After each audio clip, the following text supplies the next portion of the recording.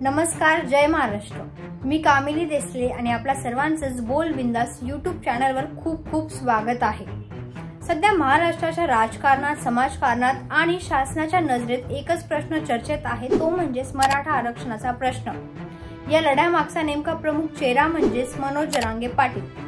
या चळवळीचा नेमका प्रवास काय आहे आणि या मराठा आरक्षणाच्या मागण्यांच्या मागचं नेमकं सत्य काय आहे, तसेच सध्या आजच्या मराठा मोर्चातील जो मुंबईकडे रवाना झालेला आहे, तर या मागचं नेमकं सत्य काय आहे, या सर्व प्रश्नांवर, मुद्द्यांवर आज आपण आपल्या या आजच्या व्हिडिओच्या माध्यमातून चर्चा करणार आहोत। पण सुरुवातीला मी आपल्या सर्वांना विनंती करते की जर आपण आपल्या या चॅनलवर नवीन असाल तर चॅनलला आता सबस्क्राइब करा, बेल आयकॉन प्रेस करा आणि व्हिडिओला जास्तीत जास्त शेअर करा। त्याचबरोबर मला तुमचं मत देखील कमेंट करून नक्की कळवा। चला तर मग आपला हा आजचा व्हिडिओ सुरू करूया। मराठा आरक्षण या विषयावर मनोज जरांगे पाटील यांची मुख्य मागणी आहे की मराठा समाजाला ओबीसी प्रवर्गात सामील करून आरक्षण मिळावे।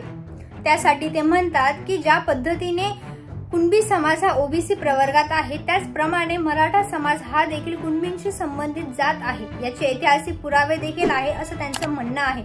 आणि म्हणून ते म्हणतात की मराठा समाजाला ओबीसी प्रवर्गात सामील करून मराठा बांधवांना ओळख द्यावी। जर मराठा आरक्षण दिले तर विविध असे तरुणांचे प्रश्न सुटतील असं देखील त्यांची मागणी आहे। मराठा आरक्षण मिळाल्यानंतर त्यांना काय फायदा होईल हे देखील आपण आता पुढे जाणून घेऊया। मराठा समाजातील अनेक लोक ही आर्थिकदृष्ट्या दुर्बल आहेत। त्यांना उच्च शिक्षण, सरकारी नोकऱ्या आणि स्पर्धा परीक्षांमध्ये देखील संधी कमी असते। पण जर त्यांना मराठा आरक्षण दिलं गेलं तर त्यांचे विविध असे मार्ग मोकळे होतात।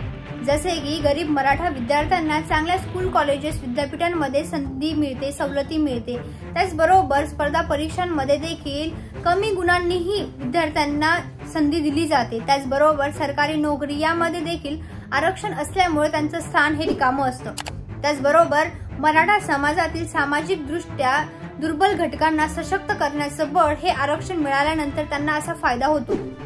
पण मराठा आरक्षण हा बोलण्या इतका सोपा विषय नाही, कारण मराठा आरक्षण हा विषय जेव्हाही निघतो तेव्हा नेहमीच हा विषय चर्चेचा आणि वादाचा विषय ठरला आहे।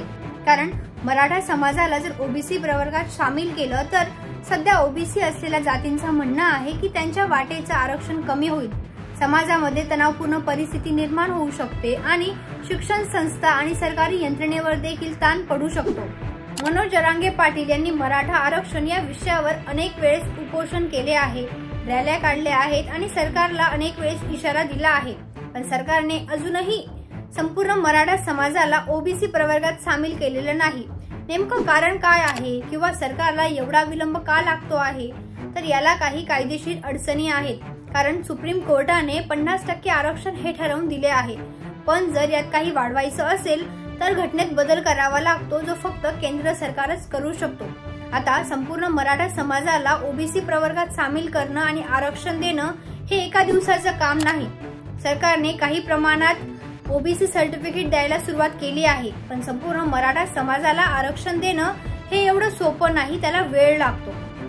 मराठा समाज हा प्रभावी आणि मोठा समाज आहे, पण त्याचबरोबर बाकी दुसऱ्या समाजातील लोकांच्या हिताचा देखील विचार करणं आणि त्यांच्या हिताला धक्का लागू नये अशी सरकारची भूमिका आहे। सरकारने त्यांची भूमिका मांडलेली, पण मराठा समाजासाठी आणि मराठा समाजातील बांधवांसाठी मनोज जरांगे पाटील हे लाखो मराठ्यांना सोबत घेऊन मुंबईत दाखल झालेले आहेत। मुंबई ही महाराष्ट्राची राजधानी, जिथे विधानसभा, मंत्रालय आणि संपूर्ण प्रशासन आहे, तिथे लाखो मराठ्यांची गर्दी झालेली आहे। मागणी एकच की मराठा आरक्षण यावर तात्काळ निर्णय द्या, नाहीतर आम्ही मागे हटणार नाही। आता ही आरक्षणाची लढाई फक्त मनोज जरांगे पाटील यांच्यापुरती मर्यादित राहिलेली नाही, तर ही लढाई आता संपूर्ण महाराष्ट्राची लढाई झालेली आहे आणि सरकारकडे मात्र पर्याय आता कमी आहेत। एक तर कायदेशीर मार्ग काढून यावर निर्णय देणं, नाहीतर न्यायालयीन अडथळे सांगून वेळ काढणं। कारण जर हेच आता चालू राहिलं तर येत्या काही दिवसांमध्ये, भविष्यामध्ये संपूर्ण महाराष्ट्रात तणावपूर्ण परिस्थिती निर्माण होण्याची दाट शक्यता आहे। आता या संपूर्ण परिस्थितीवर आणि जो मोर्चा आता मुंबईत दाखल झालेला आहे, यावर सरकार आता काय निर्णय घेतं हे आपल्याला येत्या काही दिवसांमध्ये कळेलच। पण तुम्हाला यावर काय वाटतं, ही तुमची भूमिका काय हे मला कमेंट करून नक्की कळवा। त्याचबरोबर तुम्हाला हा व्हिडिओ आवडला असेल तर व्हिडिओला जास्तीत जास्त शेअर करा, लाईक करा आणि कमेंट करायला विसरू नका. पुन्हा भेटूया एका नवीन व्हिडिओमध्ये. तुर्तास जय महाराष्ट्र.